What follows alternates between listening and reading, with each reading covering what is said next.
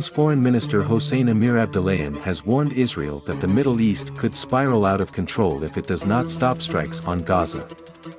He said the US was also to blame for providing military support to Israel. Hours later, Israeli PM Benjamin Netanyahu warned troops his people were in a battle for their lives and said the war against Hamas was do or die. Iran supports both Hamas, which attacked Israel 2 weeks ago killing 1,500 people, and Lebanon's Hezbollah. More than 5,000 Palestinians have been killed in the last 2 weeks in Gaza, according to the Hamas-run health ministry, and Israel announced on Saturday that it was intensifying airstrikes. I warn the US and its proxy Israel that if they do not immediately stop the crime against humanity and genocide in Gaza, anything is possible at any moment and the region will go out of control, Mr. Amir-Abdollahian said at a news conference in Tehran. He said that the results could be severe, bitter, and have far-reaching repercussions, both regionally and for those advocating for war. The foreign minister added that US military support for Israel was evidence that the ongoing conflict in Gaza was a proxy war carried out by Israel on behalf of the United States. Top US officials are also warning the conflict could spread.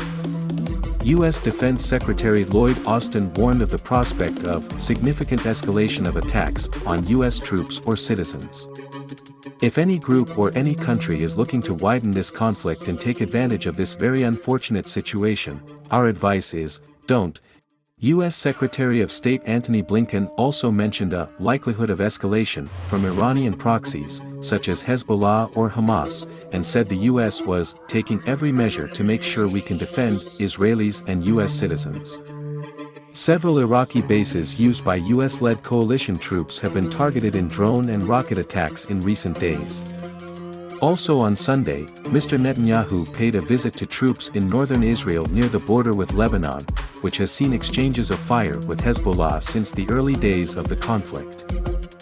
We're in a battle for our lives. A battle for our home. This is not an exaggeration, this is the war. It's do or die, they need to die, he said. He warned Hezbollah not to enter the war. Hezbollah will be making the biggest mistake of their lives. And we will hit them with an unimaginable force. It will mean devastation for them and the state of Lebanon, he said. For its part, Hezbollah has declared that it is fully ready to fight against Israel.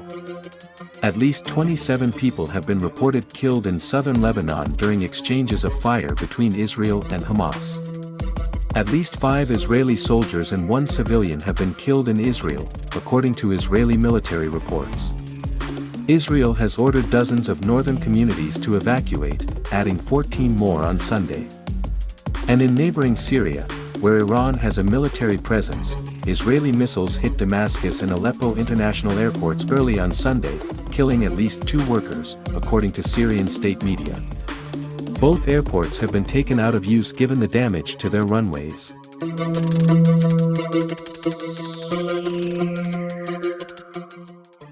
Russian President Vladimir Putin has voiced concern at the catastrophic increase in the number of civilians killed in Israel and the Gaza Strip amid days of fighting between Hamas and the Israeli military. The Russian leader also took aim on Tuesday at Washington's policy in the Middle East, which he said had failed by not taking the needs of Palestinians into account. Putin, whose military has been accused of killing thousands of civilians since its full-scale invasion of Ukraine last year, expressed his concern for civilians killed in Israel and Gaza during a phone call with Turkish leader Recep Tayyip Erdogan, the Kremlin said in a statement. The emphasis was placed on the sharply worsening situation in the Israeli-Palestinian conflict zone, the Kremlin said of the leaders' discussion. Deep concern was expressed about the continuing escalation of violence and the catastrophic increase in the number of civilian casualties, the Kremlin said. The two leaders reiterated the need for an immediate ceasefire and for the resumption of the negotiation process, the Kremlin added, saying that Erdogan noted it was regrettable to target civilian installations and that Turkey doesn't welcome such acts. Earlier on Tuesday, Putin called the creation of a Palestinian state necessary and blamed the latest explosion of violence on U.S. policy in the region. I think that many people will agree with me that this is a vivid example of the failure of United States policy in the Middle East, Putin said at the start of a meeting with Iraqi Prime Minister Mohammed al-Sudani on Tuesday. Putin said Washington had sought to monopolize efforts at forging peace between Israel and Palestinians, and he accused the U.S. of not bothering to seek compromises acceptable to both sides but instead had pushed its own ideas for a solution to the conflict. The U.S. had ignored the interests of Palestinians, including their need for their own independent state. Putin made no mention of Russia's role in the Middle East peace process. Along with the U.S., the United Nations and the European Union, Moscow has since 2002 formed part of a quartet of powers charged with helping to mediate Israeli-Palestinian peace talks. Putin's spokesperson, Dmitry Peskov, said the Kremlin was in touch with both warring sides in Israel and Gaza and would seek to play a role in resolving the conflict. Peskov did not specify how that would be achieved. We intend to keep making efforts and play our role in terms of providing assistance to seek ways to a settlement, he said. Since the latest crisis erupted, the Kremlin has sought to appear even-handed, underscoring its relations with both Israelis and Palestinians. Moscow has long-standing ties with the Palestinians, including Hamas, which sent a delegation to Moscow in March.